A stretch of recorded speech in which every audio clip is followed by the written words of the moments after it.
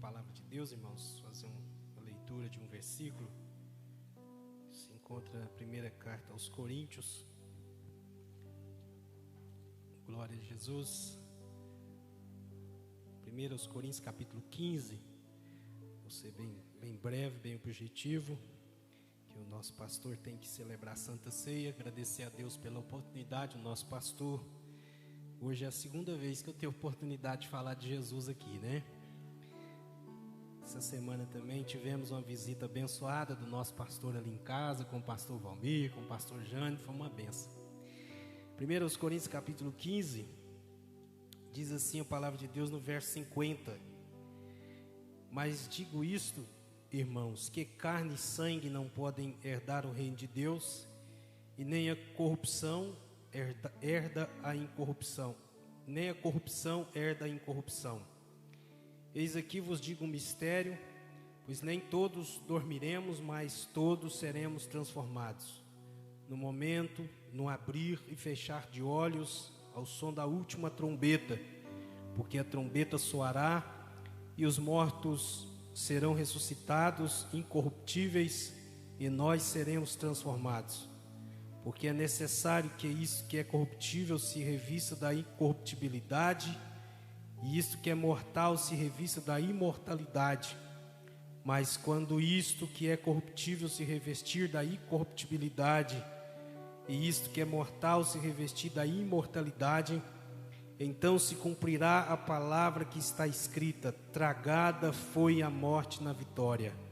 Onde está a morte, a tua vitória? Onde está a morte, o teu aguilhão? O aguilhão do pecado, o aguilhão da morte é o pecado, e a força do pecado é a lei. Mas graças a Deus que nos dá vitória por nosso Senhor Jesus Cristo.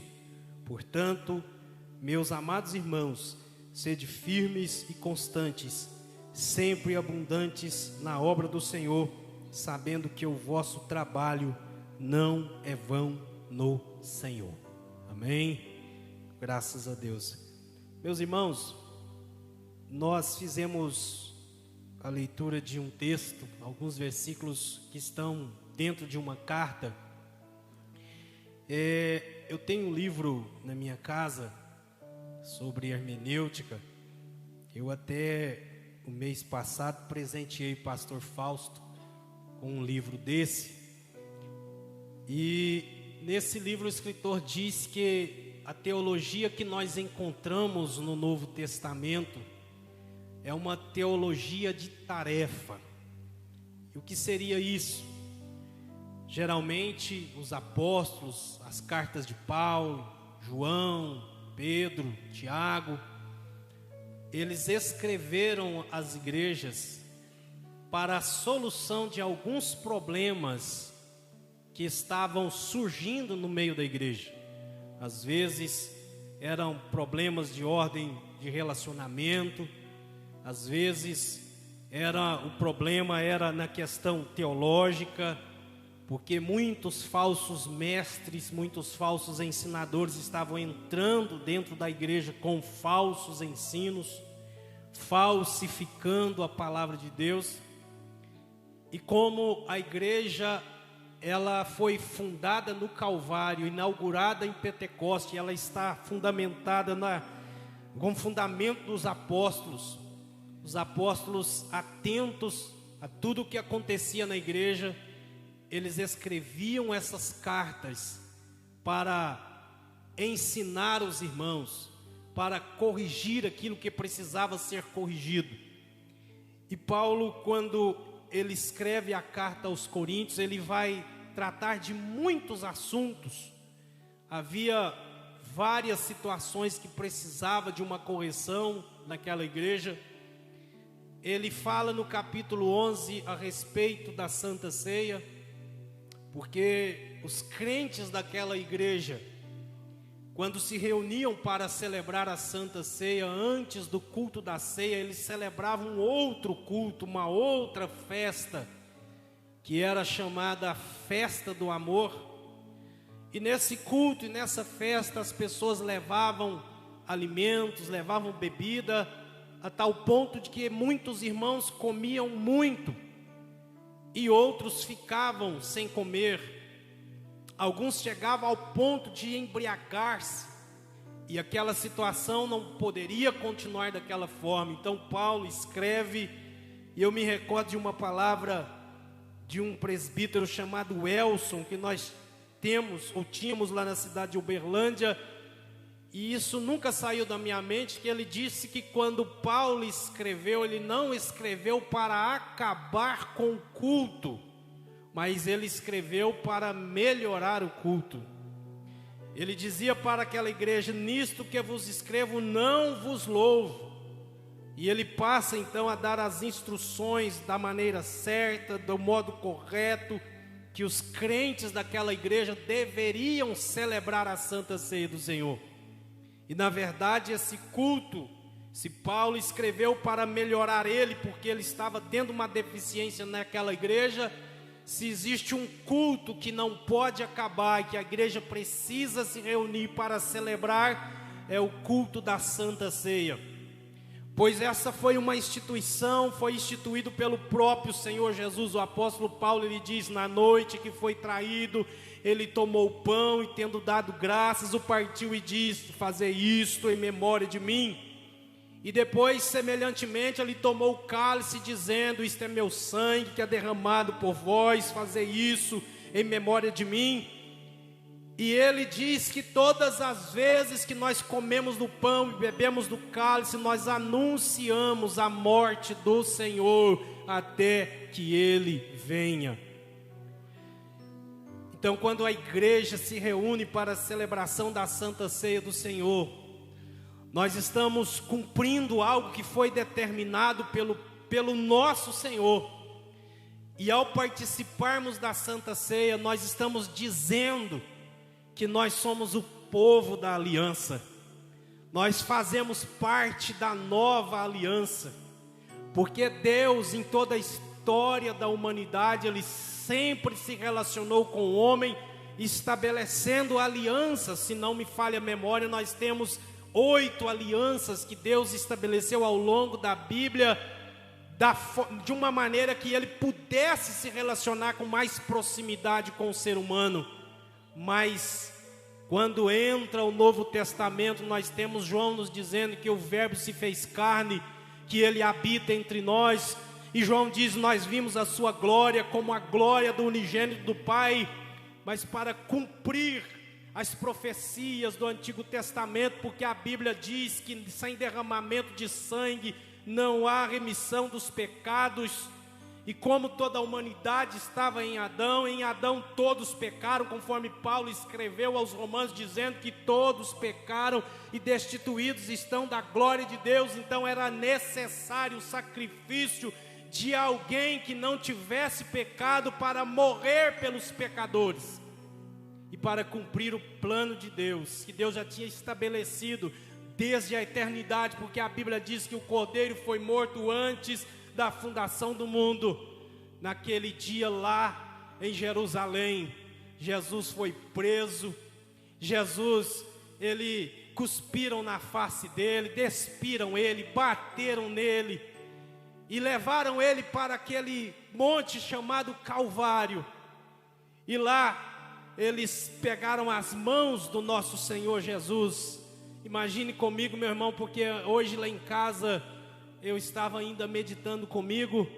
Eles pegaram os pregos, pegaram as mãos. Imagine a sua mão. Às vezes a gente, só uma agulha que vai tirar um bicho de pé, a gente já sente dor, tem que tirar com todo jeitinho. Eles puseram as mãos do nosso Senhor Jesus e cravaram os pregos nas mãos dele. Pegaram os pés dele, pegaram o martelo e também cravaram os pregos nos pés do nosso Senhor Jesus. E levantaram aquela cruz. E de acordo com a palavra de Deus, aquilo que Marcos escreveu, ele foi pendurado naquele madeiro 9 horas da manhã. 9 horas da manhã estava lá Jesus pregado. Se ele soltasse o corpo, a dor era tremenda, porque ele tinha de sustentar o corpo com os pés. Se ele, com as suas mãos pregadas, se ele levantasse o corpo, doía as mãos. Imagine a situação que o Senhor Jesus ficou ali por 6 horas naquela cruz, pregado naquela cruz. Eu trabalho 6 horas, meu trabalho é 6 horas, e 6 horas não é pouca coisa, demora. Jesus ficou ali por volta das 9 da manhã até as 3 da tarde, sangrando.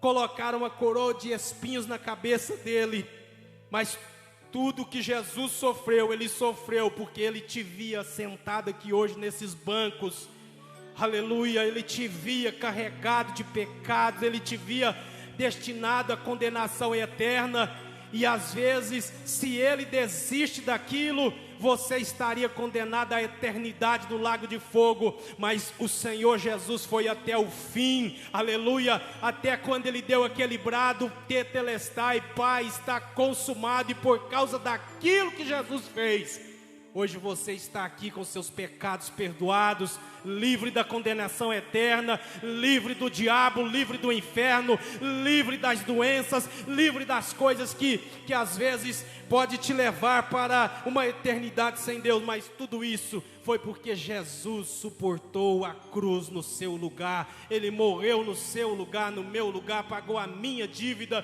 e pagou também a sua dívida, que você não tinha como pagar essa dívida com Deus.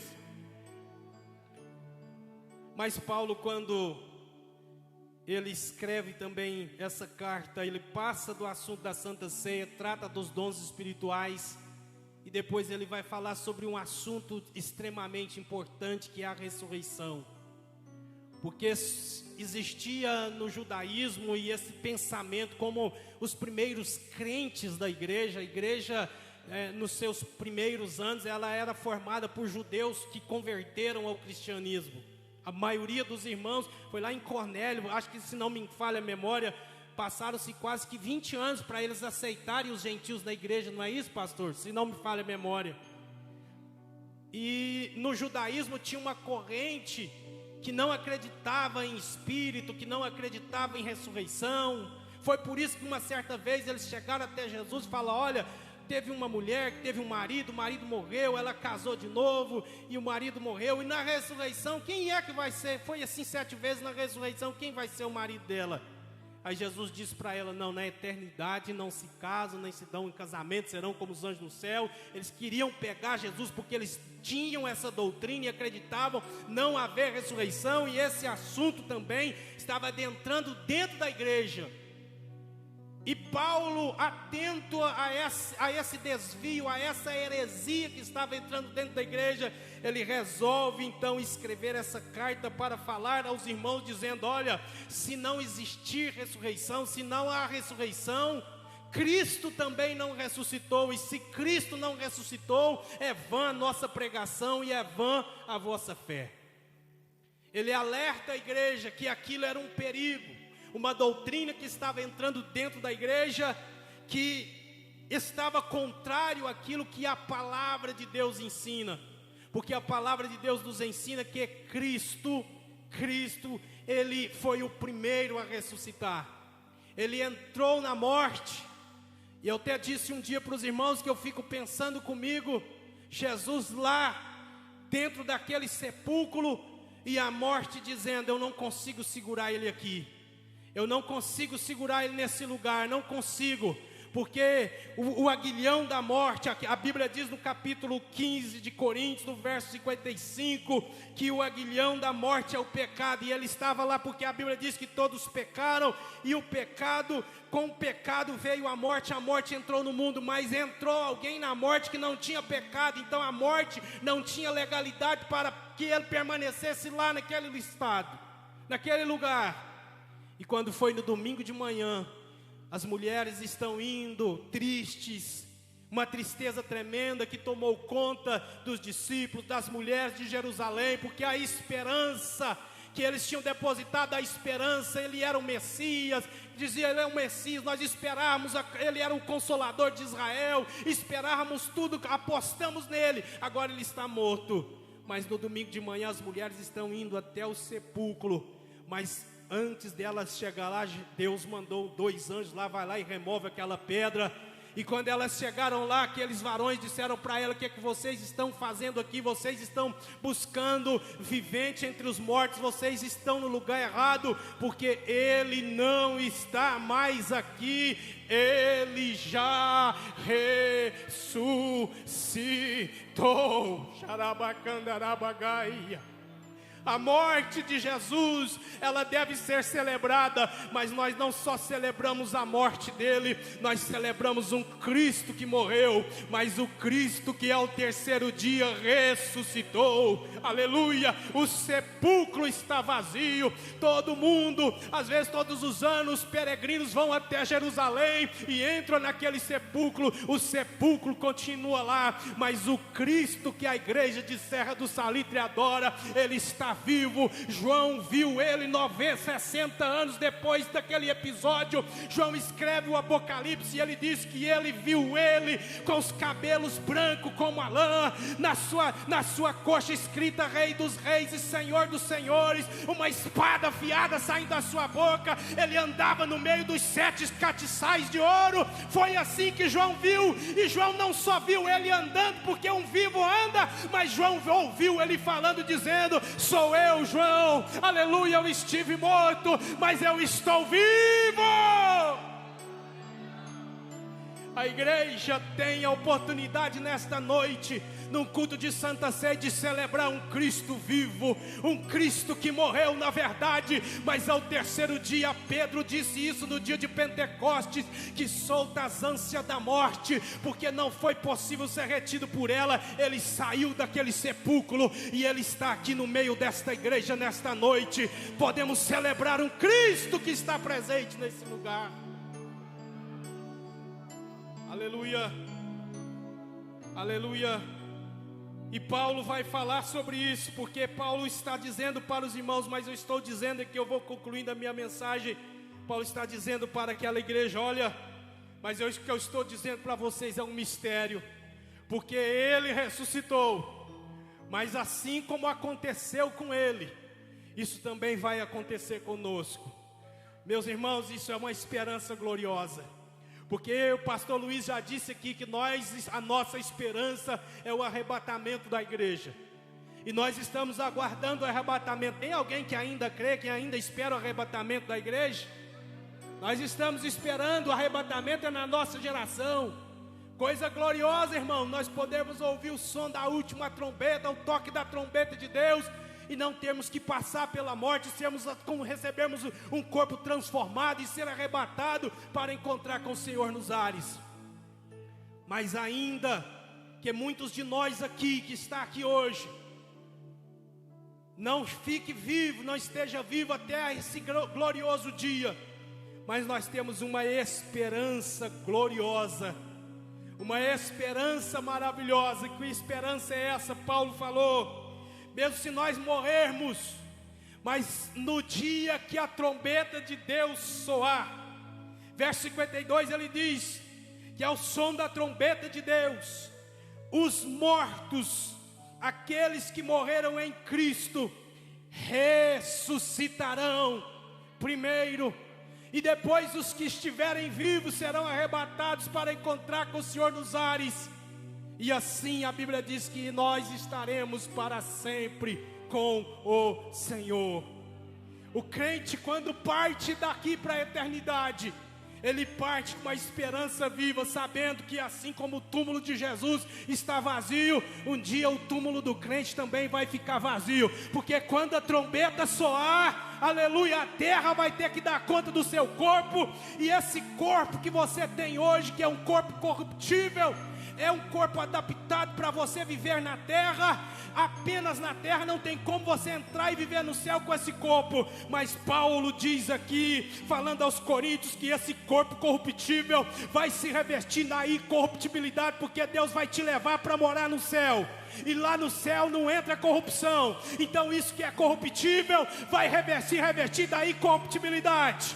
Lá no céu é lugar de imortalidade. Então esse corpo que é mortal vai se revestir da imortalidade. E Paulo continua dizendo: e quando isso que é corruptível se revestir da incorruptibilidade, e quando isso que é mortal se revestir da imortalidade, então a morte vai ser a vitória final sobre a morte. A Bíblia está dizendo aquilo que Oséias disse. Então a escritura que diz vai se cumprir, dizendo: tragada foi a morte pela vitória. E aí vai dizer: aonde está a morte, a tua vitória? Aonde está a morte, a tua vitória? Aonde está a morte, o teu aguilhão? Aleluia! Aí Paulo, quando ele termina estas palavras, ele diz para a igreja assim: levante a mão e diz assim: graças a Deus que nos dá vitória, e não é vitória só sobre doença não, e não é vitória só sobre as coisas dessa terra não, mas Deus vai dar vitória sobre a morte para a igreja também. Nem a morte.